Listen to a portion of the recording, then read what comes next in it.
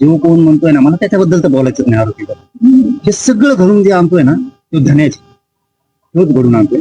म्हणून मी हे आरोपींबद्दल बोलतच नाहीये.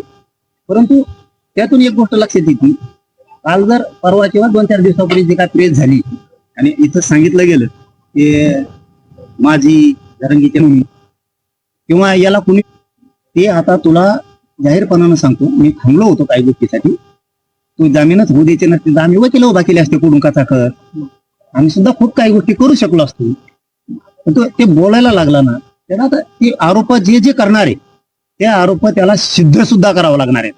नसता पुढच्या काळात फौजदारी गुन्हे दाखल होणार आहेत त्याच्यावरती. आता जे आरोप करणार त्या आरोप त्याला सिद्ध करावं लागल.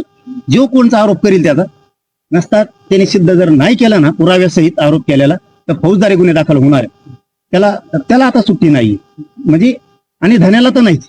मी यांच्याविषयी तर बोलतच नाही आरोपींविषयी आणि त्यांच्याविषयी बोलणार नाही. आणि तुम्हाला सांगतो मला इच्छा बी नाही त्यांच्याविषयी बोलायला.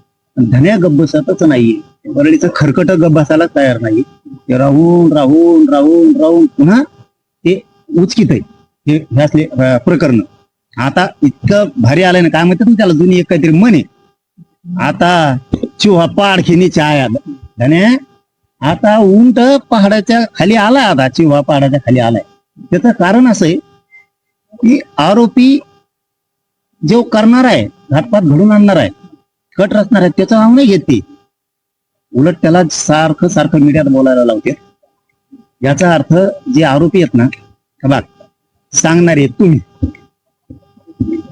आरोपी घातपात धन्यानी ठरवलंय म्हणून रेकॉर्डिंग घ्या तुमच्या मोबाईलची, आमच्या नाही.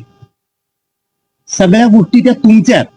आणि तुम्ही जर आता मीडियात येऊन म्हणत असलात की आम्हीच रचलंय आणि तिकडून नाहीच आहे, तुम्हीच सांगितलेलं आहे तुमच्या बैठका त्याच्या संघ रेस्ट हाऊसला झाल्यात त्या परळीच्या खरकाट्या संघ.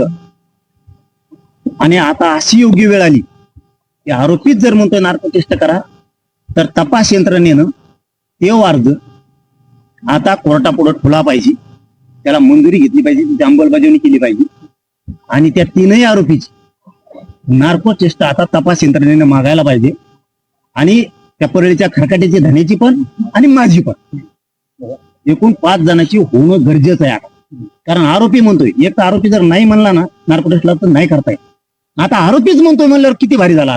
आता ह्यो जर तिथं गेला नसेल तर नार्को टेस्ट मध्ये येणार नाही ना. आणि गेला असेल, याला जर धन्याला किंवा त्याच्या त्या पीएने कुणी बीडचंय ना ते, त्यांना बोलला असं तर नार्को टेस्ट मध्ये येणार नाही. म्हणजे धन्या ऑटोमॅटिकच येतोय आता. म्हणून